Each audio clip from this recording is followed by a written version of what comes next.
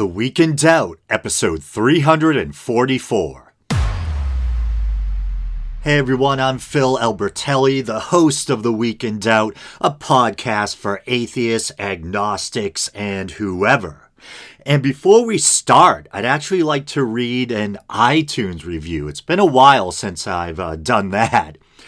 And I think this person wants to keep a low profile. I think I have an idea who it is, so I won't give out their username or anything. But it was a very nice, very well-worded review, so here it is. Great podcast, maybe a diamond in the rough. I appreciate this podcast so much. Where some podcasts or YouTube channels are all glitter and no substance, this podcast is just a genuine guy. Do I usually say genuine or is it genuine? Anyway, a genuine guy talking about interesting topics in a thoughtful, sincere, humorous, sometimes slightly neurotic way. I love it. After 6 years of listening, I consider each episode to almost be like a call from a friend, except I don't talk back. One of my favorite podcasts and one of the few that rates high enough to get a listen every time, and not just when the topic suits my interests. So wow, that was a great review, and I really appreciate it. And I see that it's dated December 9th, so I apologize for, getting around to it late. I have a very bad habit of finding out or stumbling upon these iTunes reviews long after they're written. I probably would have missed this one too, but this is kind of embarrassing. In order to see what episode number I was up to, I had to open up the podcast app on my iPhone and look through the feed of my own show.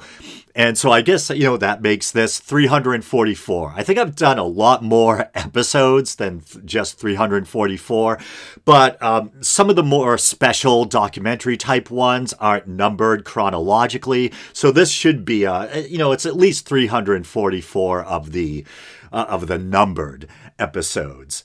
And you can probably tell by the way I'm rambling that, yes, this is going to be one of those unscripted episodes. After all the Christmas or holiday repeat episodes and the special documentary ones, I thought it was about time for an unscripted news story episode. But before we move on to the news stories I'm actually interested in, I guess I should address the 800-pound orange gorilla in the room, or orangutan, if you will. When I was a kid, I think I used to say orangutan, but it's orangutan, right? And yes, that was a Trump joke. Did I offend anyone? I don't know if I have any Trump supporters in my audience. I kind of doubt it. This is an atheist podcast. There are some right-leaning atheists or libertarian atheists. I don't try to hide that I'm a left-leaning dude myself. Why am I rambling? Because it's unscripted. Oh boy. Back on track. So anyway, the other day, I'm at work. Oh, this is awful, man. I've been taking amitriptyline for my headaches. I think it's finally catching up with me. I got this really bad dry mouth. It's crazy. So I'm like sucking on a lozenge, and because my Yeti mic is so powerful, you can probably hear it. Hold on. I'll pause. Sorry about that. I'm back. Just had to finish that thing. It's gross. I think I was reading up on amitriptyline, and not only does it raise serotonin, but it's also an anticholinergic drug. And I think for some reason, dry mouth is pretty common with anticholinergic drugs. And if I remember correctly, that refers to acetylcholine, which is a neurotransmitter. I think it's involved with the parasympathetic nervous system and muscle control or whatever. But maybe that's how amitriptyline, even at low doses where it's not functioning as an antidepressant, it can still help relax you and help with your headaches. Maybe it has something to do with that, the anticholinergic effects. Anyway, so I'm at work the other morning, and my brother insists on listening to local talk radio all day.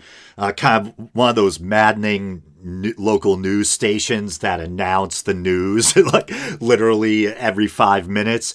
So it reminds me of, it's like some kind of weird circle of hell where not only are you stuck at a job you don't like, but they're reminding you what the time is every 5 minutes, so the day goes by that much slower. But anyway, so they mention that the big news was that Trump, via drone strike, I believe, had this Iranian bigwig assassinated, this Major General Soleimani, is it? And I remember the first thing that came to mind, I'm like, so Iran, do they or don't they have nukes? Hey, what are you gonna do? If World War III does break out, and everything's turned into a wasteland, maybe at least I won't have to work anymore. I can just put on some spiked shoulder pads and steal a motorcycle. The hell's wrong with me?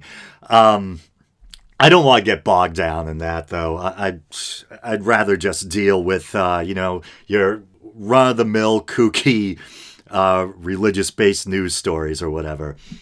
So you guys might have already heard about this one. This is dated to December 11th, and I'm reading from a Pathos article. Georgia City Councilman resigns after claiming interracial marriage is wrong. So let's see, here we go. Bible Belt racism. A Georgia City Councilman has resigned after publicly opposing interracial marriage because of his sincerely held Christian beliefs. Earlier this year, I don't even know how to pronounce that. Hoshton? I don't know. Hoshton City Councilman Jim Cleveland defended his mayor's decision to discriminate against a black man by citing his sincerely held Christian beliefs and his opposition to interracial marriage. At the time, Councilman Cleveland explained that he is a Christian. For some reason, when I said Cleveland, I thought of Cleveland from the Family Guy. From the Family Guy? From the Family Guy. From Family Guy. Councilman Cleveland explained that he is a Christian, and as a Christian, he has a problem with quote-unquote race mixing, Cleveland said. What's that term they throw around for that? Like white supremacist types using? Is it miscegenation or something like that? I think that's it. The fancy term for race mixing. And it says, Cleveland said, I was almost going to break into a Cleveland impression from Family Guy. I'm a Christian, and my Christian beliefs. I am feeling really whacked out, man. It probably is the amitriptyline. I'm a Christian, and my Christian beliefs are you don't do interracial marriage. That's the way I was brought up, and that's the way I believe. I think I covered another story like this not long ago. Does the Bible, I think then I said, does the Bible even say anything about interracial marriage? And I was thinking about how in the Old Testament, aren't there all sorts of examples of kings marrying, women from foreign lands, etc.? And I think, didn't Moses even have an Ethiopian wife or something like that? Yeah, I think it's in the book of Numbers. He took a Cushite, modern-day Ethiopia, I think, right? A Cushite wife. Yeah, so I don't even know what the Bible or Christianity has to say about interracial marriage. My guess is this guy was just weaned on racism right along with his Christianity or whatever. Kind of like, remember the old commercial with the you got your peanut butter in my chocolate, you got your chocolate in my peanut butter? They get racism all mixed up with their religion, I guess. And it continues, Cleveland added, I have black friends. That's like the stereotypical, like the cliche thing racists start out with, start by saying supposedly, I have black friends. I hired black people. But when it comes to all this stuff you see on TV, when you see blacks and whites together, it makes my blood boil because that's just not the way a Christian is supposed to live. So not only is he, bothered on some level by it, it really, he's hulking out. It makes his blood boil. What's unchristian about a black person and a white person being together? I don't know. Same species, different pigmentation. Learn to live with it. Anyway, so yeah, that guy's an ass. On to the next story. And so this next one is also from Pathos, and it's by Hemant Mehta himself. And it's entitled Harvard Law Professor, Atheists Can't Be Trusted to Hold Public Office. And so here I'll start the article. I'm not a Harvard Law student, much less a Harvard Law professor, but Adrian Vermeule, I think it is, which is why it's all the more disturbing that he seems to believe atheists are incapable of holding public office. Responding to a Washington Post article about how white evangelicals falsely fear that atheists would strip away their rights given the chance, one person chimed in by saying several states have laws on the books saying atheists can't hold public office or serve on juries. That's absolutely true, even if all those laws are unenforceable. The point is that when Christians are in power, they actually have limited atheist rights. There's no analog the other way around. In response to that point, Vermeule chimed in by saying those states were right to ban atheists from serving in office because atheists, quote unquote, can't be trusted to keep an oath. And there's actually a screen cap of the actual tweet here. And yeah, so in his own words, he says, sensible, atheists can't be trusted to keep an oath, which is, just crazy. If this is meant to be taken the way it reads, on face value, yeah, it is kind of shocking that the guy's a Harvard Law professor and he has this kind of prejudice, this kind of ignorant take on atheists. Just because someone's smart enough to question the faith claims of man-made religions, that means they can't be trusted. Why? Because, the Bible holds no sway over them when they're swearing on it or something. You're forced to put their hand on it. That's highly insulting. There's a lot of very principled non-believers out there. And I think a lot of people, myself included, I like to think, arrived at our worldview because we're principled, because we want to be as honest with ourselves and others as possible and not, exchange empirical truth for pacifying ourselves with, these man-made faith claims. But I don't know, if this is how it appears, then this guy's an ass too. He should go have a seat next to that councilman who has a problem with mixed marriage. Okay, so it looks like I'm poaching yet another story from Pathos. This one is entitled 900 plus priests were left off of the Catholic Church's lists of alleged predators. And this one actually came to my attention via the aforementioned talk radio or news radio I'm forced to listen to at work. And when I looked it up, I just I saw that Pathos happened to have covered it. And this is also from Hemant Mehta's Friendly Atheist channel on Pathos, but it's actually by, I guess maybe a guest writer or something, David G. And this one's actually only a few days old, and I'm not referring to the age of the Catholic Church's victims. I mean, the story's only a few days old. Yes, I did just slap myself. Amitriptyline. I've got to blame it on amitriptyline. Catholic churches have shielded at least 900 priests from their own released lists of clergy members who have been credibly accused of sexually abusing young kids, according to an Associated Press investigation. And I know I shouldn't even be, it is a really serious subject. I shouldn't be joking about it. I'm just being kind of silly. Bad host. But anyway, so that is to say, when the Catholic Church offered up the names of priests and other leaders who had been accused of wrongdoing, they left off the names of people we now know have plenty of serious blemishes on their records. Most recently, for example, we reported on the Catholic Diocese of Lansing in Michigan, which disclosed the names of 17 priests who had been, in quotes, credibly accused of abusing a minor. That list stretched all the way back to 1937, but it still wasn't complete according to the Associated Press. And here it looks like there's a kind of embedded blurb that maybe is coming from another source. I don't know if it's coming from the Associated Press itself. And this contains some graphic language, and it's kind of bad. Richard J. Poster served time for possessing child pornography, violated his probation by having contact with children. This is bad, man. Admitted masturbating in the bushes near a church school, and in 2005 was put on a sex offender registry.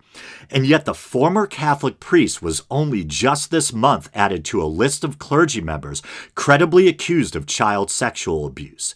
After the Associated Press asked why he was not included, an AP analysis found more than 900 clergy members accused of child sexual abuse. And I'm just thinking, there's no way this one's getting monetized. Right? I'm pretty sure YouTube has software that, scans videos that are uploaded for, kind of trigger words or whatever, or words that are on their very, very, very long list of bad words. I'm just going to assume we're not getting monetized this week. Not that I think, I know it's a very serious topic. I shouldn't be digressing like this. But ever since YouTube made some changes, and remember I complained how my whole channel got temporarily demonetized a while back, I think since then, what was that, maybe almost half a year or something? Only once have I accumulated enough ad revenue to merit a payout. You have to meet $100 threshold before you can actually receive a payout.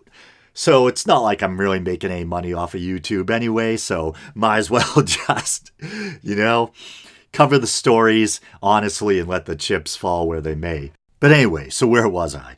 Oh yeah, an AP analysis found more than 900 clergy members accused of child sexual abuse who were missing from lists released by the diocese and religious orders where they served. The AP reached that number by matching those public diocesan lists against a database of accused priests tracked by the group bishopaccountability.org, and then scouring bankruptcy documents, lawsuits, settlement information, grand jury reports, and media accounts. And then the author of the article continues, this is the worst case scenario. And the sad thing is, it's not even a surprise at this point. Yeah, that's pretty much how I feel. Did anyone expect the church to confess all its sins? This is a serious problem, though. It's not as though these churches just left off unverified minor accusations that they simply felt weren't important. Meanwhile, other dioceses haven't released lists at all. More than 100 of the former clergy members not listed by diocese or religious orders had been charged with sexual crimes, including... This is really dark. I feel like... I don't even like reading this stuff, including rape, solicitation, and receiving or viewing child pornography. On top of that, the AP found another nearly 400 priests and clergy members who were accused of abuse while serving in dioceses that have not yet released any names. No one should think, the bishops are releasing their list, there's nothing left to do, said Terence McKenna. I was almost thinking Terence McKenna, the late ethnobotanist who was really into psychedelic plants. I kind of wish I was talking about Terence McKenna. Anyway, Terence McKiernan, co-founder of bishopaccountability.org. I don't know why that makes me it just seems like a weird website name or address, but it actually seems like it's a very important organization that's doing really important work. So, bishopaccountability.org, who has been tracking the abuse crisis and cataloging accused priests for almost 2 decades, accumulating a database of thousands of priests. And then it closes with, McKiernan's right. This isn't the end of holding churches accountable for their actions. It is just the beginning. And what the church shows us over and over is that they can't be trusted to police themselves. And I was almost having a flashback to that earlier story about the Harvard law professor who said that atheists can't be trusted to keep an oath. I'm thinking, here's a major religious institution that can't be trusted with something very important, holding people accountable for doing some pretty heinous stuff. But here's the final few sentences of this article. In this case, as before, it took multiple journalists to bring these cases to light. In other cases, it's state attorneys general. I had to read that very carefully. It's state attorneys general doing the work. It says word. I think it's probably supposed to be work, but it's state attorneys general doing the word. Yeah, it's probably supposed to be work, but it's not the Catholic Church. It never is. And to be honest, this is one of those stories I almost didn't cover because it is such a downer, and also because, at this point it really is no surprise. But I think it was just like the number 900 names left off these lists of accusers. And then also, I think just the fact that came to my attention via a mainstream news channel made me kind of feel that it must be something about this story that is making it especially newsworthy, despite constantly being inundated with these kind of stories about the Catholic Church. And then I also heard about this story via the local news. And this one, palm reading psychic accused of tricking client out of $70,000 through demonic possession scheme. So here we go. And this is this is sad in its own way too, that there's people who are this gullible. But at the same time, it's kind of a bit of a palate cleanser after how kind of dark that last story was. Somerset police have arrested a psychic palm reader accusing her of tricking a client out of over $70,000 by convincing her that her daughter was possessed by a demon. Tracy Milanovich, 37, of Somerset, has been charged with 6 counts of obtaining property over $250 by trick, larceny over $1,200, and intimidation of a witness. She was arraigned Monday at Fall River District Court. And there's a picture of her here, and my gut instinct was to go, she's not bad looking. But that's neither here nor there. Just, I notice these things. Police said, bad host again. Police said they began I can talk. Police say they began an investigation last month into Milanovich, owner of Tracy's Psychic Palm Reader on County Street, after one of her clients reported that she tricked her into giving her large sums of money. They said Milanovich allegedly convinced the victim that her daughter was possessed by a demon and that cash and household items were needed to banish the spirit from her daughter. Fellow mediums say this is giving the paranormal practice a bad name. It makes the rest of us look bad. Oh my God. Who are doing this to help people? Yeah. Some of them probably have deluded themselves into thinking that they actually are helping people. Said Lori Belch, or Belka, who owns Enlightenings and does readings just a quarter mile down the road. She charges $50 for a 30-minute session. I mean, I guess technically you can make an argument that if you have a customer who's gullible enough to believe in this stuff and the palm reader tells them what they want to hear or something positive and they leave feeling better, that maybe in some weird way you did help them, but it's still bullshit and you're still taking someone's money. You know what I mean? And I was trying to see if it mentioned anything about the Barbie doll. On the news, they were saying that she requested a Barbie doll because I think she was going to put the spirit that was banished from the daughter into the doll or something ridiculous like that. And I might cover one last fun little story. This one has nothing to do with religion or atheism or anything, but it's kind of fun and entertaining. And so this is from CNN, and it's entitled, Drones Flying in Rural Colorado and Nebraska Have Residents Freaking Out. No one knows who's behind them. And this was on the local news, too, talking about these mysterious drones. And I think, they were making jokes about, is it something like the rise of Skynet, all these machines that people can't explain, where they came from or whatever. Mysterious drones have been flying over Colorado and Nebraska in recent weeks, and authorities can't figure out who's behind the aircraft. Deputies have spotted more than 16 unmanned drones flying in northeast Colorado after authorities received multiple reports of drone sightings last month, the sheriff's offices in Colorado's Yuma and Phillips counties said. FAA spokesman Ian Greger told CNN that multiple FAA divisions and government agencies are investigating reports of drones in Colorado and Nebraska. Yuma County Sheriff Todd Combs said in a Facebook post Tuesday, it appears the drones were staying at least 150 to 200 feet away from buildings and people and are flying in airspace controlled by the federal government. The aircraft, Combs said, are operating within federal guidelines but are making residents very nervous and anxious. People do not like the unknown as it upsets the balance of our lives, Combs wrote. But at the same time, the unknown, a little mystery can be fun. But I'm sure it's not fun for the people who live there. They probably feel like, their privacy is being invaded and they're not sure what's going on. I heard some people speculate that it could just be, one of the really big companies like Google or something trying to map out the terrain or something like that. I don't know.